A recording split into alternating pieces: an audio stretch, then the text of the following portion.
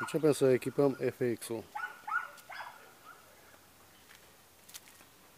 Mai trebuie oglinda, fața, roșu e roșu, lampa, curățenie, curățenie.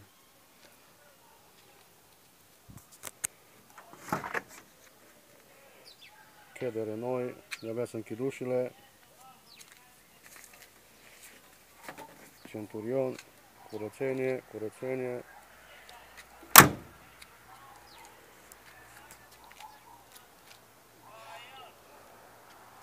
Inima de cheder nouă, dar avem o problemă.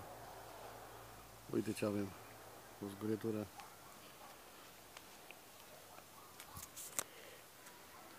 Curățenie, caca de pasăre, spatele e gata. Mai trebuie să aducem jantele, cauciucurile,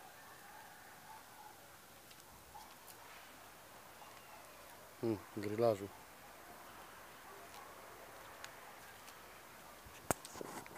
Și acesta este FX.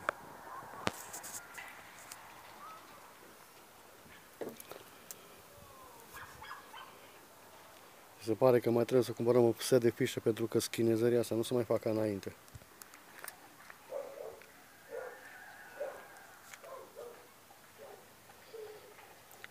Borcanelul trebuie schimbat. Dacă găsim nou, suportul nu avem.